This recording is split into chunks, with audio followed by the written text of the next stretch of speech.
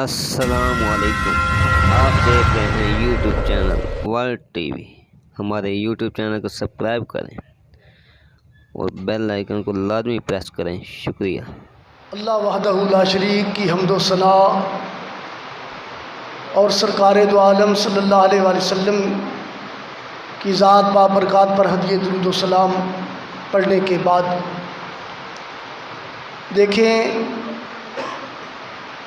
اس دنیا کے اندر ہر ذی شعور انسان کسی نہ کسی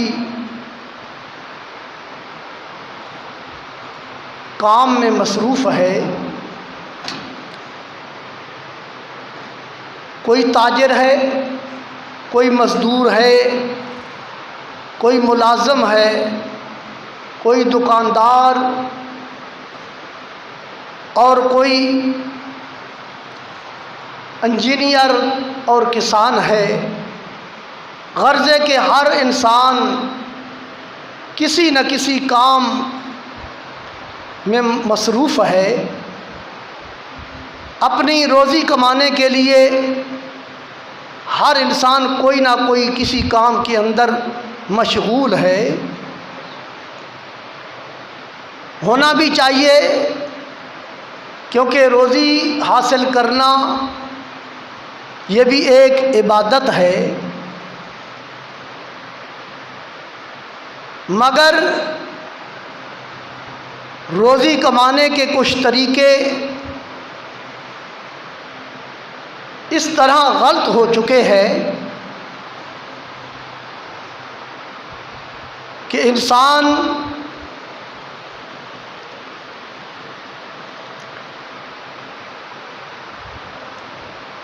اس روزی حاصل کرنے کے لیے طرح طرح کے طریقے اختیار کر رہا ہے، حتیٰ کہ اس حصول رزق کے لیے آج اس حاضر دور کے اندر چوری ڈکیتی، قتل و غارت، سود، رشوت، جوا، ہر قسم کے حربے استعمال کر کے انسان یہ چاہتا ہے کہ راتوں رات میں اپنے خزانوں کو بھر لوں اور کروڑ پتی بن جاؤں۔ یہ نہیں دیکھنا کہ آیا یہ رزق حلال کا ہے یا حرام کا ہے۔ حالانکہ ذی شعور انسان کو یہ علم ہے کہ ہر انسان کا، ہر چیز کا رزق دینے والا اللہ ہے، اور ہر چیز کے رزق کا ذمہ بھی اللہ نے خود لیا ہے۔ قرآن کریم کے اندر اللہ نے اس کی بہت وضاحت فرمائی ہے۔ ارشاد باری تعالیٰ ہے، وَمَا مِن دَابَّةٍ فِي الْأَرْضِ إِلَّا عَلَى اللَّهِ رِزْقُهَا۔ اللہ کریم فرماتا ہے، زمین کے اندر کوئی چیز ایسی نہیں، چلنے والی کوئی چیز ایسی نہیں ہے جس کا ذمہ اللہ نے نہ لیا ہو، جس کو اللہ رزق نہ دے رہا ہو۔ ہر چیز کو اللہ رزق دے رہا ہے، اور اللہ کریم فرماتا ہے، واللہ خیر الرازقین، اللہ بہتر رزق دینے والا ہے۔ اور فرماتا ہے، الحمدللہ رب العالمین، تمام تعریفیں اللہ کے لیے جو سارے جہانوں کا پالنے والا ہے۔ اور اللہ فرماتا ہے، ان اللہ یبسط الرزق لمن یشاء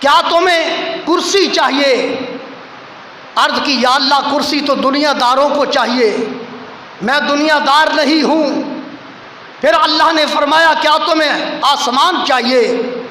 عرض کی یا اللہ آسمان تو فرشتوں کی آرام گاہ ہے، میں فرشتہ نہیں ہوں۔ پھر ندا آئی اے با یزید کیا تمہیں جنت چاہیے؟ عرض کی یا اللہ جنت تو مومنوں اور پرہیزگاروں کے لیے ہے، میں تو بڑا گنہگار ہوں۔ پھر ندا آئی کیا دوزخ چاہیے؟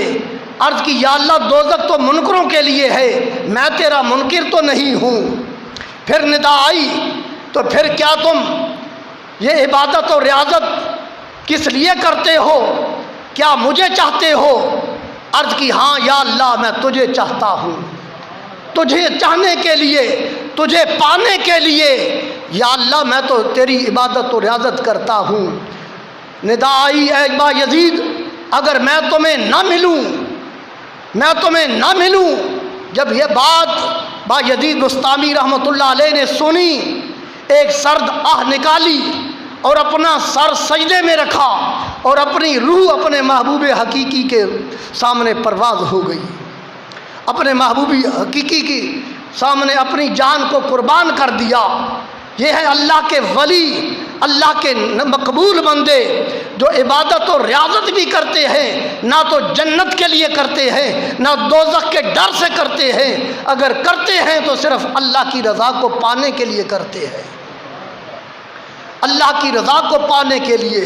ان کا صرف ایک ہی مقصد ہوتا ہے اس دنیا کے اندر، ان کا اٹھنا بیٹھنا، ان کا جاگنا سونا، ان کا جینا مرنا صرف اور صرف اللہ کے لیے ہوتا ہے۔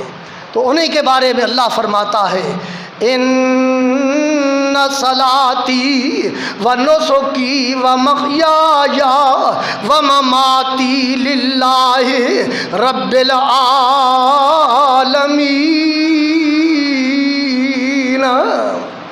یہی لوگ جن کا اٹھنا بیٹھنا جینا مرنا سب اللہ کے لیے ہے، اللہ انہی کے لیے فرماتا ہے اے میرے بندو یہ فرما دو ہماری نماز، ہماری قربانیاں، ہمارا جینا، ہمارا مرنا صرف اور صرف اللہ رب العالمین کے لیے ہے۔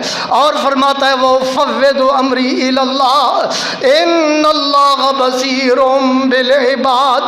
یہ لوگ ایسے ہیں جو اللہ کی بارگاہ میں یہ کہا کرتے ہیں کہ وہ فوّض امری الی اللہ، یا اللہ ہم نے اپنا سارا کام تیرے سپرد کر دیا ہے، ہم نے اپنا سارا عمل سارا کام تیرے سپرد کر دیا ہے، تجھے سونپ دیا ہے۔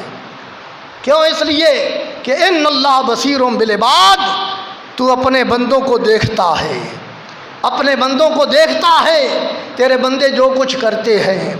وَمِنَ النَّاسِ مَن يَشْتَرِي نَفْسَهُ ابْتِغَاءَ مَرْضَاتِ اللَّهِ۔ یہ تو ایسے لوگ ہیں جو اپنی جان کو اللہ کی بارگاہ میں بیچ دیتے ہیں، صرف اور صرف اللہ کی رضا حاصل کرنے کے لیے اپنی جان بھی قربان کر دیتے ہیں اللہ کی بارگاہ میں۔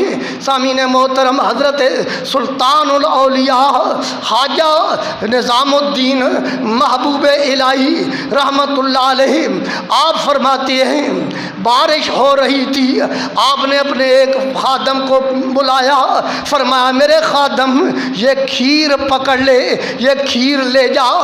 دہلی کے کنارے پر ایک دریا تھا، اس دریا کے کنارے چلا جا، اگر تمہیں ملاح پار لگا دے تو ٹھیک ہے، ورنہ اس دریا کے کنارے پر کھڑا ہو کر دریا کو مخاطب ہو کر کہہ دینا کہ مجھے اس نے بھیجا ہے، میں اس پیر کا مرید ہوں جس نے شادی ابھی تک نہیں کی۔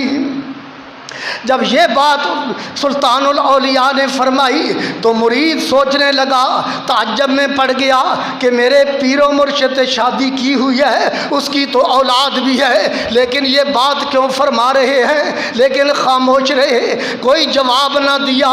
جب دریا کے کنارے پر پہنچ گئے، دریا کے کنارے پر پہنچ کر جب ملا کو کہا، ہوا تیز چل رہی تھی، ملا نے کنارے پر لگانے کے لیے انکار کر دیا، تو آپ کو پیر و مرشد کی وہی بات یاد آئی، کنارے پر کھڑا ہو کر عرض کرتے ہیں اس دریا کو مخاطب ہو کر، میں اس پیر کا مرید ہوں جس نے ابھی تک شادی نہیں کی۔ جب یہ بات کہنے کی دیر ہوئی، دریا نے رستہ دے دیا، آپ پار ہو گئے۔ جب پار کنارے پر پہنچ گئے، اس کو تو قطب الاولیاء جس کو کھیر دینے کے لیے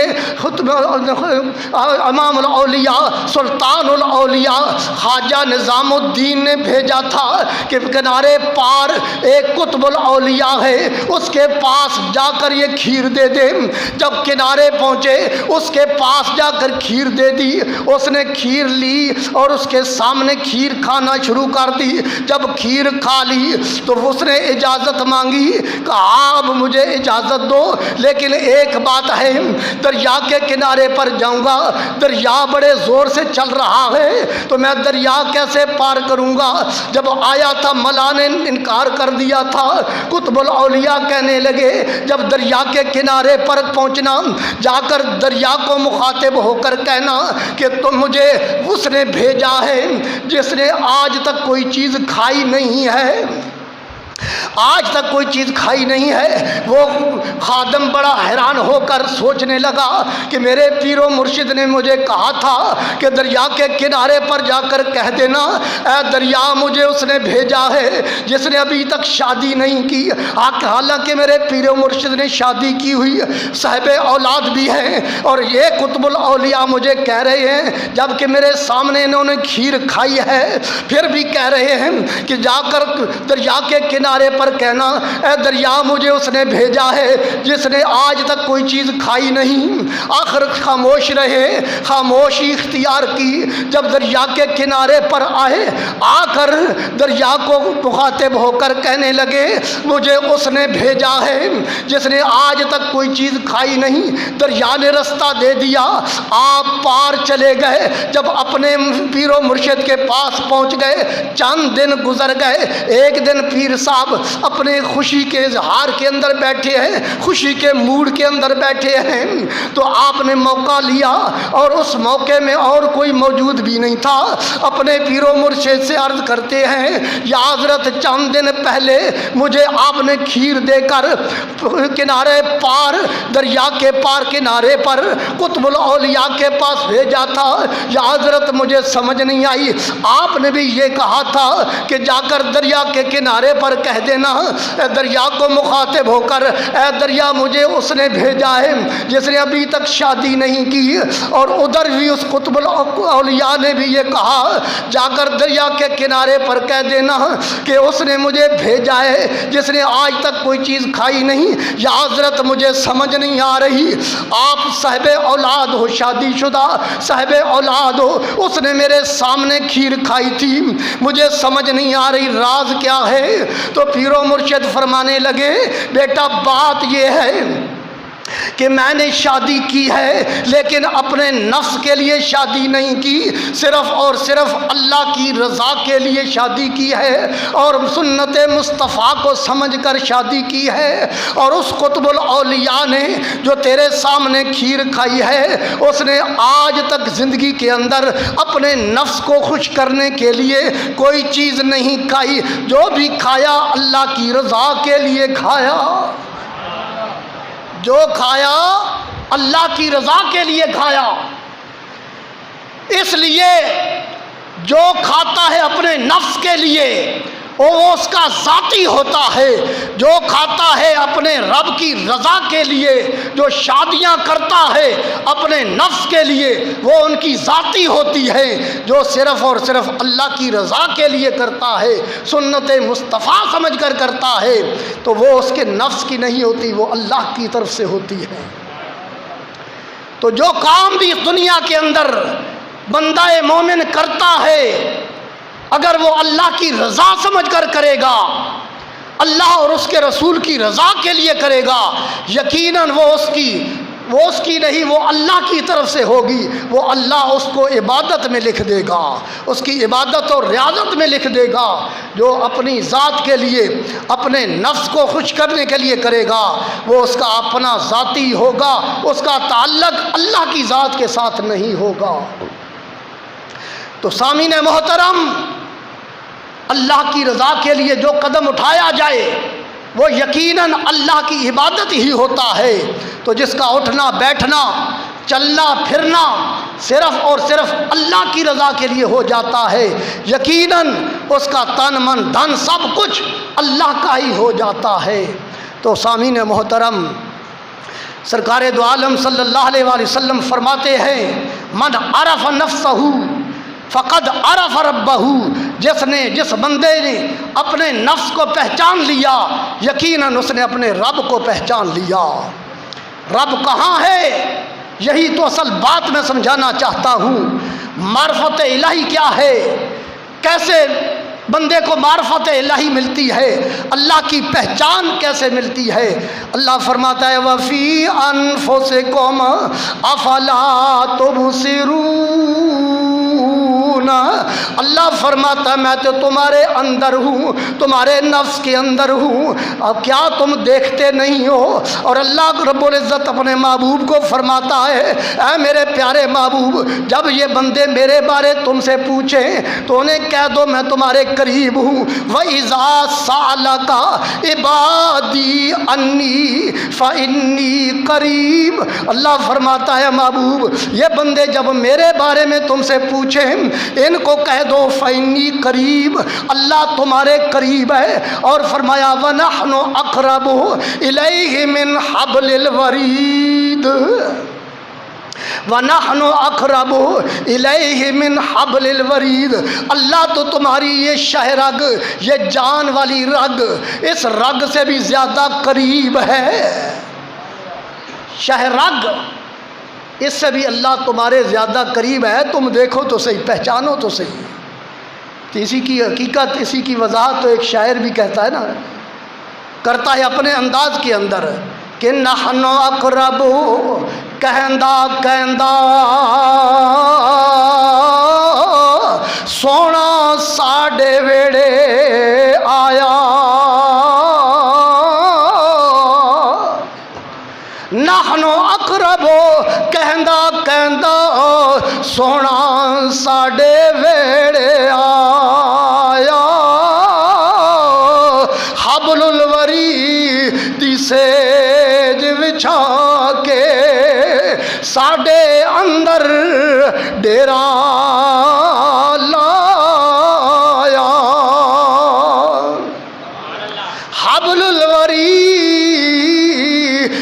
سیج بچھا کے ساڈے اندر ڈیرا لایا، تے وفی انفسکم دی شمع جلا کے سانوں ساڈی لولو آ چمکایا،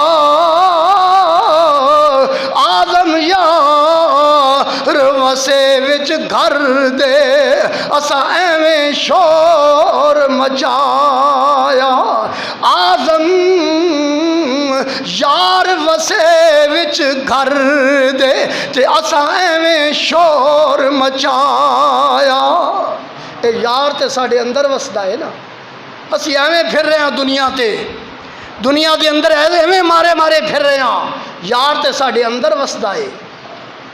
اور حدیث قدسی دے اندر آندا ہے سرکار دو عالم صلی اللہ علیہ وآلہ وسلم فرما دینے ہیں لا یسونی فی الارض ولا فی السماء ولیکن یسونی قلب عبد المومن، اللہ فرماندا ہے نہ میں زمین دے اندر سمانا وا، نہ میں آسمانہ دے اندر سمانا ہاں، ولیکن یسونی قلب عبد المومن، میں تو مومن دے دل دے اندر سمانا وا۔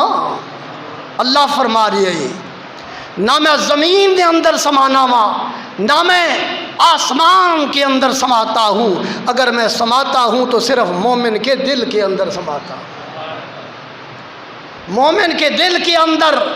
وفی انفسکم افلا تبصرون، اے انسان ذرا ویک تو صحیح، میں تو تیرے اندر ہوں، پہچان تو کر، پہچان تو کر۔ علامہ رومی رحمۃ اللہ علیہ ایک حکایت بیان کرتے ہیں نا اسی ضمن میں، ایک حقائق بیان کرتے ہیں کہ ایک چور ایک جواہر کے ساتھ ہم سفر ہو گیا. چور کو پتہ چل گیا کہ اس جواہر کے پاس ایک بہت بڑا قیمتی موتی ہے، ہیرا ہے، ہیرا. اس نے سوچا کہ جب سفر میں رات کو جب آرام کریں گے یہ جواہر سو جائے گا تو میں اس کے سامان سے وہ ہیرا نکال لوں گا، اسے پتہ ہی نہیں چلے گا.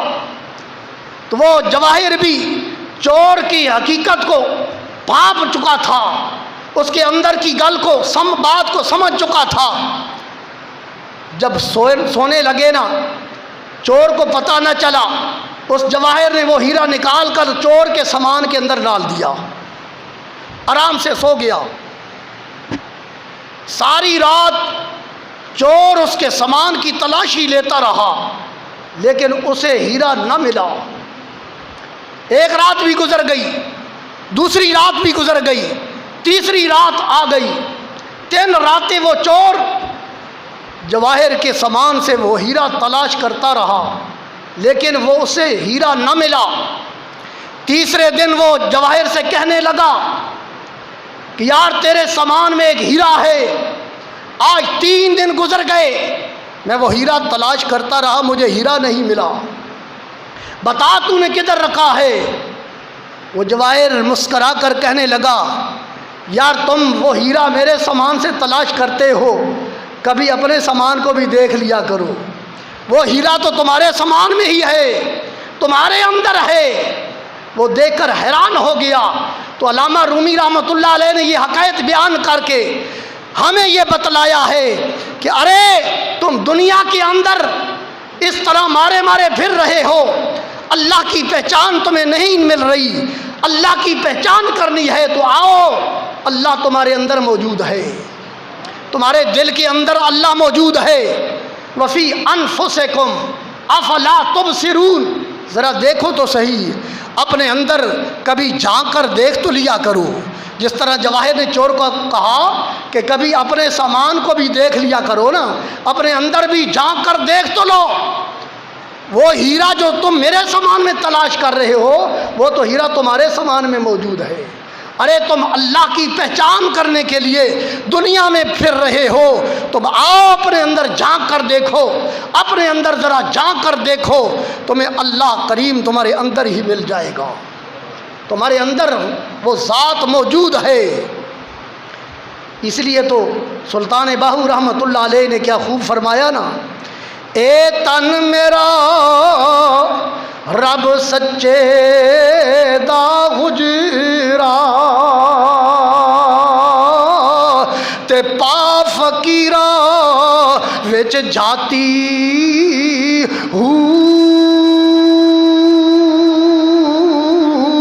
نہ کر منت خواج خضر دی، تیرے اندر آب حیاتی